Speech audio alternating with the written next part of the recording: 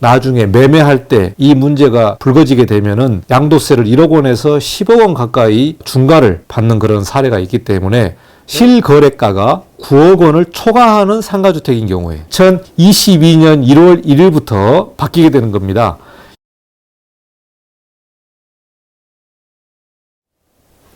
네, 안녕하세요. 이관용입니다. 오늘은 건축법과 세법에 관련된 내용을 가지고 영상을 만들어 보도록 하겠습니다.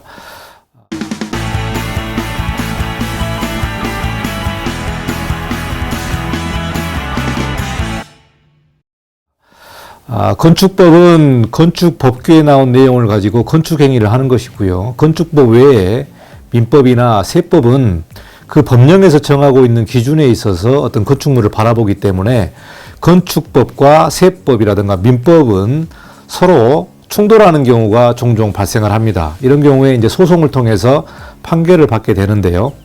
1월 21일 매일경제신문에 나온 이야기는 1주택자인데 이 주택을 이제 팔았는데요.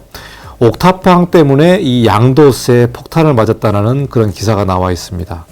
그 기사를 보니까요. 3층 다가구 주택은 단독주택이지만 옥탑방이 있다고 해서 4층 건물로 취급을 받아서 공동주택으로 간주해서 양도세를 중과하게 되는 거죠. 다주택자에 대한 어떤 기준에 따라서 세금을 많이 부과하게 되는데요. 3층의 다가구 주택은 단독주택이었는데 4층에 옥탑방이 있다 보니까 다가구 주택 충족 요건에 벗어나서 이게 이제 2주택자로 돼버리는 거죠. 이러다 보니까는 이거를 집을 팔았을 때 양도세를 어마어마하게 맞는 그런 사례가 있었고요. 2019년에 5건에 대한 이런 소송이 있었습니다. 그래서 그 내용을 좀 오늘 말씀해 보겠는데, 즉 건축법과 세법이 왜 이런 충돌이 일어났는지 그런 내용인데요. 자, 서민주거 공간인 이 옥탑방 때문에 양도세 폭탄을 맞는 사례가 속출하고 있고요.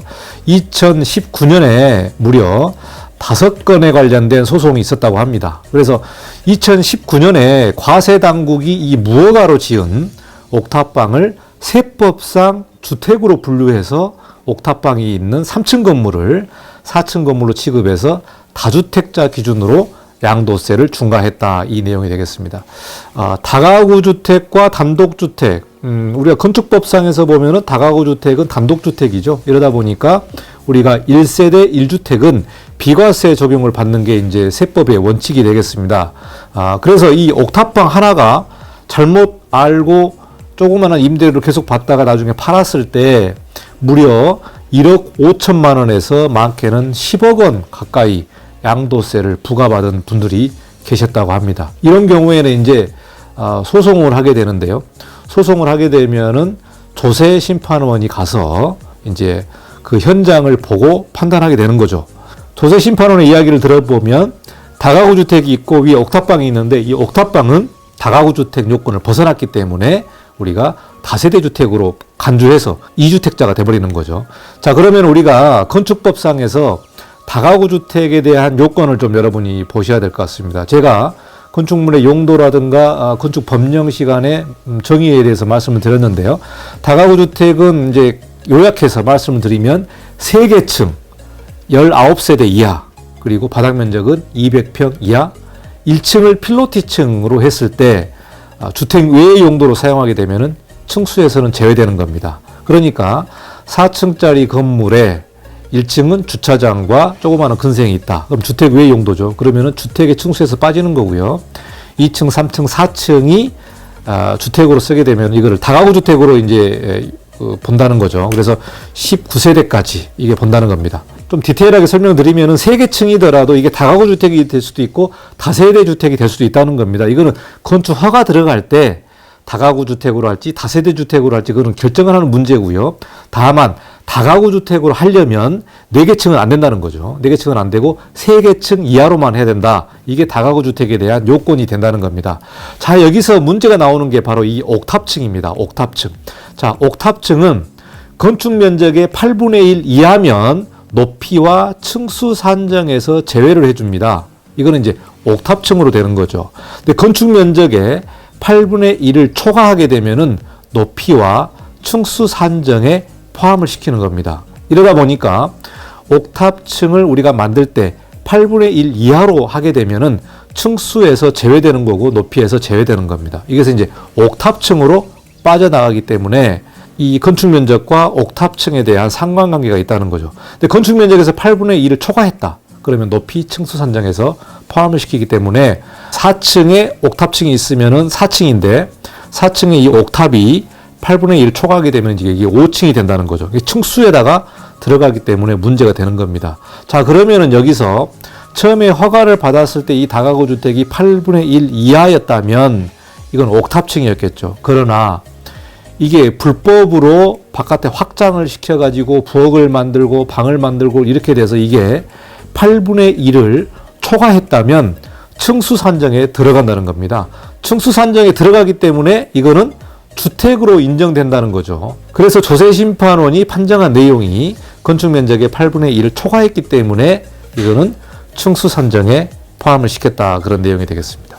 그래서 옥탑방을 여러분이 월세를 조금 받겠다고 해서 불법으로 확장을 해가지고 이거를 가지고 있다가 나중에 매매할 때 이 문제가 불거지게 되면은 양도세를 1억 원에서 10억 원 가까이 중과를 받는 그런 사례가 있기 때문에 여러분이 나중에 이거를 매매를 하실 때 옥탑층을 깨끗이 정리를 해야 됩니다. 옥탑층을 원상복구를 해서 말 그대로 주거 용도가 아니고 창고 용도로 다 원상복구를 해야 됩니다.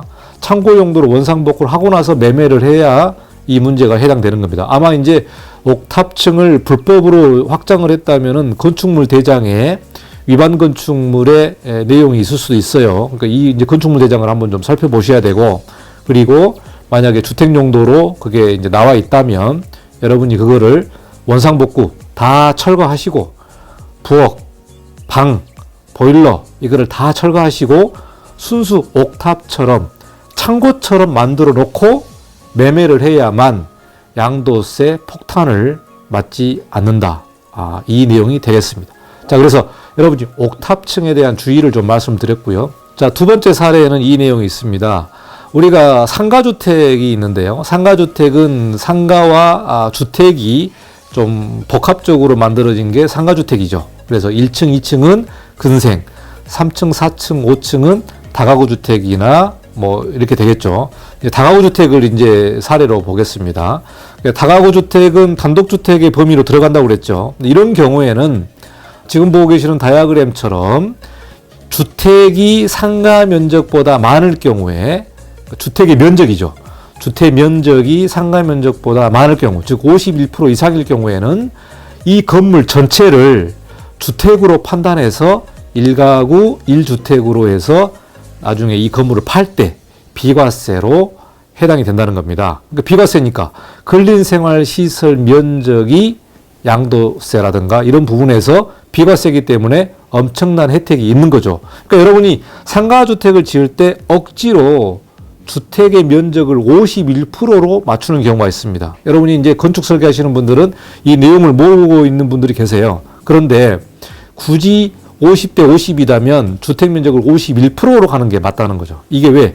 나중에 양도세 부분에서 세금 문제가 발생하기 때문에 이 부분을 건축사가 좀 안내를 해주고 이런 부분이 있을 것 같고요. 또 부동산을 개발하시는 분이나 매매하실 때는 주택 용도를 이제 많이 일부러 이렇게 만들어 놓는 경우가 바로 1가구 1주택은 비과세에 해당이 되기 때문에 그런 내용이 되겠습니다. 자, 지금 보고 계시는 다이아그램은 근린생활시설이 더 많은 경우죠. 1층, 2층, 3층이 근린생활시설이고 4층, 5층이 다가구 주택인 경우에는 상가 면적이 더 많기 때문에 이런 경우는 매매를 할 때 주택 면적만 주택으로 판단하는 겁니다. 그리고 주택 면적과 그 부속 토지는 이제 1가구 1주택이기 때문에 이제 비과세 대상이고, 근린생활시설은 상가 면적은 별도로 이제 양도세를 부과하게 되는 측면이 있습니다. 그래서 우리 임대주택 사업을 할 때 다가구 주택은 뭐 비과세, 근생은 과세 이렇게 나가게 되잖아요. 그러나 주택의 면적이 51%가 넘어가게 되면은 건물 전체를 주택 용도로 보고 근생 부분이 비과세로 빠지게 됐었죠. 자, 이게요, 여러분 2022년 1월 1일부터 바뀌게 되는 겁니다. 이제 2021년 12월 말까지는 이 법이 그대로 적용이 되는데 2022년 1월 1일 이후부터 양도하는 분부터, 즉 파는 경우죠. 파는 경우부터 이제 적용이 되는데요. 단서 조항이 있습니다. 실거래가가 9억 원을 초과하는 상가주택인 경우에, 실거래가입니다. 공시지가가 아니고 실거래가가 9억 원을 초과하는 상가주택인 경우에는 주택이 면적이 많든 적든 상관없이 별도로 양도세를 계산하겠다. 주택과 주택 외 부분을 분리해서 양도소득 금액을 계산해서 그 전에 주택 면적이 많아서 비과세를 받은 부분이 이제는 각각 적용을 하겠다. 이게 2022년 1월 1일부터 이 법이 시행이 되는 겁니다. 그래서 주택과 주택 외 부분 연면적이 무관하게 된다는 거죠. 자, 지금 보고 계시는 다이어그램은요, 아까 설명드린 다가구 주택이 더 면적이 많죠. 다가구 주택이 면적이 많고 근린생활시설이 2계층인데 2022년 1월 이후에 양도하는 경우는 이제 주택이 상가 면적보다 많지만 주택 부분만 주택으로 보겠다는 거죠. 전체 건물을 다가구 주택으로 보지 않고 주택 부분만 주택으로 보는데 단 실거래가가 9억 원을 초과하는 상가주택인 경우에는 그렇다는 겁니다. 자, 여기까지 상가주택에 관련 내용이었고요. 마지막으로는 이제 전입신고 관련된 내용입니다. 전입신고. 건축법상의 주거가 아니지만 거주하게 되면은 전입신고가 가능한 곳이 있습니다. 근린생활시설인데 주택용도로 사용하고 있다. 그러면은 주민센터 공무원이 나와서 현장을 보고 말 그대로 주택을 사용하고 있다면 이거를 전입신고를 해준다는 거죠. 그리고 이제 오피스텔 같은 경우도 오피스텔은 업무시설이잖아요. 업무시설인데 이제 오피스텔은 주거용과 업무용이 있죠. 주거용은 이제 주거용으로 이제 허가를 내기 때문에 이거는 주택으로 인정받는 것이고요. 업무용일 경우에 사람이 거주하는 경우가 많죠. 거기서 숙식을 하는 경우가 많습니다. 그러면 업무용에도 거주를 하면서 전입신고를 하게 되면 주택으로 인정되는 겁니다. 그러니까 이게 세입자와 오피스텔을 가지고 있는 임대인 같은 경우는 세입자가 몰래 전입신고를 해버리게 되면 이거는 다주택자로 인정돼 버리는 경우입니다. 그래서 이게 업무시설이지만 실제로 여기서 사람이 거주하게 되면 전입신고가 가능하게 되고 전입신고를 가능하게 했다면 이거는 주택으로 인정을 한다는 겁니다. 즉 건축법에서는 업무시설, 근린생활시설 이렇게 구분을 하지만 세법 같은 경우는 실제로 거기서 사람이 살고 또 거기서 사람이 거주하게 되면 이거를 주택으로 본다는 겁니다. 그래서 주택으로 보게 되면 이거를 다주택자로 인정을 해버려서 중과세를 내는 경우가 있죠. 예를 들면은 내가 주택을 가지고 있는데 근린생활시설의 2층에 사람이 살면서 이걸 전입신고를 해버렸다. 그러면 그게 주택이 돼버린다는 거예요. 건축물 대장에는 사무소지만 실제로 이거를 전입신고를 해서 주거용으로 사용하기 때문에 이거를 주택으로 본다는 겁니다. 세법에서는. 그렇기 때문에 세법에서 보는 거는 전혀 다르게 본다는 겁니다. 다르게 보기 때문에 이 부분을 건축법과 헷갈리면 안 된다는 거죠. 건축법에서는 이렇게 적용하지만 세법과 민법에서는 다르게 적용하기 때문에 이거를 너무 건축법만 고지고대로 보고 판단을 해서는 안 된다. 민법과 세법은 전혀 다르다. 이거를 재판을 하게 되는 경우에도 똑같습니다. 재판을 하는 경우에도 판사가 보는 이 문제, 그리고 건축법에서의 문제가 서로 다르게 본다는 겁니다. 그래서 판사가 볼 때는 사람이 살았기 때문에 이거를 주택으로 봐야 된다. 주택으로 인정하고 과세를 낸다는 게 적법하다.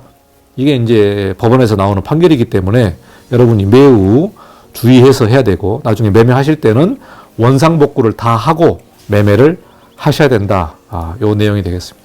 그래서 매경에 나온 이 기사 부분이 상당히 지금 현장에서는 좀 문제가 있어서 중과세를 받은 사람들이 시위도 하고 또 불복 소송도 그렇게 할 것 같아요. 그러나 이제 조세 심판원 같은 경우는 건축 개념에서는 옥탑방을 주택으로 인정할 수 없다고 해도 과세 원칙상 옥탑방을 주거 목적으로 쓰고 이를 통해 소득이 발생했다면 세금을 부과해야 된다. 세법의 원칙은 소득이 발생하면은 세금을 부과한다. 이게 세법에서의 원칙입니다. 그래서 건축법과 세법의 충돌, 이 문제가 생겼을 때 여러분이 면밀히 다 조사해 보시고 판단하시기를 바라겠습니다.